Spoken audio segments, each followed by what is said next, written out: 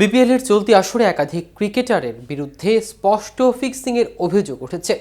বিসিবির দুর্নীতি দমন বিভাগ ইতোমধ্যে তদন্ত শুরু করেছে। একাধিক সংবাদ মাধ্যমের খবর অনুযায়ী top order batter Enamul Haque বিজয় সহ 9 জন ক্রিকেটার আছেন এই তালিকায়। এনামুলকে দেশ ত্যাগের নিষেধাজ্ঞা দেওয়া হয়েছে, যদিও দেশ ত্যাগের নিষেধাজ্ঞার বিস্মিত এনামুল হক সরাসরি হুমকি দিয়েছেন প্রয়োজনে আইনগত ব্যবস্থা নেবেন তিনি। তা নিয়ে বিস্তারিত থাকছে প্রতিবেদনের বাকি অংশে। স্পর্শকাতর ইস্যুটি নিয়ে খুব বেশি কিছু বলতে চাইছেন না জাতীয় দলের মারকুটে ব্যাটার এনামুল হক বিজয়। এক প্রশ্নের জবাবে কেবল বলেছেন, আমাকে নিয়ে এমন খবর সত্যি হতবাক, বিস্মিত হয়েছি। দেশ থেকে নিষেধাজ্ঞা কেন দেওয়া হলো আমি জানি না। এই বিষয়ে বিসিবি থেকেও আমাকে কিছু জানায়নি। আমি সত্যি অন্ধকারে আছি। একই রকম ইস্যুতে মিথ্যা খবরের প্রেক্ষিতে মুশফিকুর রহিম আইনি পদক্ষেপ নিয়েছেন। এনামুল এই বিষয়ে কি ভাবছেন?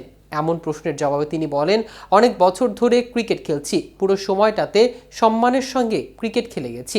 এই ধরনের খবর আমার জন্য ভীষণ রকম বিব্রতকর, আমাকে খুব কষ্ট দিচ্ছে। আমি অবশ্যই আইনি ব্যবস্থা নেব।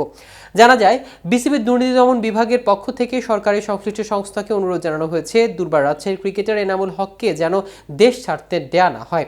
যদিও এই সিদ্ধান্ত সাময়িক সময়ের জন্য, তার বিরুদ্ধে আনা অভিযোগ প্রমাণিত না হলে সেটা তুলে নেওয়া হবে শিগগিরই। বিপিএল এর চলতি আসরে তৃতীয় সর্বোচ্চ রান সংগ্রাহক বিজয়। 12 ম্যাচে 39.20 গড়ে 392 রান করেছেন তিনি, যেখানে 2 হাফ সেঞ্চুরির সঙ্গে আছে একটি সেঞ্চুরিও। উল্লেখ্য, বিপিএল এর ফিক্সিং এর অভিযোগ এবারই প্রথম নয়, তবে এত খেলোয়াড় এবং ফ্র্যাঞ্চাইজিকে নিয়ে অভিযোগ এর আগে কখনো উঠেনি। 4টি ফ্র্যাঞ্চাইজি 8টি ম্যাচকে ঘিরে এবারের বিপিএল এ ফিক্সিং এর অভিযোগ উঠেছে।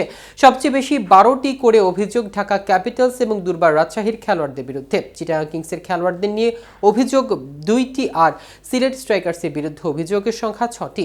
মজার বিষয় হলো, এই 4 দলের 3টি এবার টুর্নামেন্টের সবার আগে বাদ পড়েছে। যে 8টি ম্যাচকে নিয়ে অভিযোগ উঠেছে সেগুলো হলো Fortune Barishal, Durbar Rajshahi, Rangpur Riders, Dhaka Capitals, Durbar Rajshahi, Chittagong Kings, Sylhet Strikers, Fortune Barishal, Khulna Tigers এবং চিটাগাং কিংস ও সিলেট স্ট্রাইকার্স। ফিক্সিংয়ে এই অভিযোগ নিয়ে ইতিমধ্যে কাজ শুরু করেছে আকসু। তাদের রাডারে আছে মোট 10 ক্রিকেটার। এদের মধ্যে 6 জন ক্রিকেটার বাংলাদেশের জাতীয় দলের হয়ে প্রতিনিধিত্ব করছেন। বাকি 4 জনের 2 জন উদীয়মান ক্রিকেটার আর 2 জন বিদেশি ক্রিকেটার। বিপিএল এ ফিক্সিং এর অভিযোগ নিয়ে এখনো কোনো মন্তব্য করতে না চাইলেও এ বিষয়ে কোনো ছাড় দেবেন না বলে কড়া হুঁশিয়ারি দিয়ে রেখেছেন বিসিবি সভাপতি ফারুক আহমেদ। বিসিবির প্রধান বলেন, যদি তদন্তে কিছু বেরিয়ে আসে তাহলে খুবই খারাপ শাস্তি আসতে যাচ্ছে। যদি আমরা এমন কিছু খুঁজে পাই, তাদের জীবন অন্যরকম হয়ে যাবে, কারণ আমি দোষীদের কোনো সুযোগ দিই না।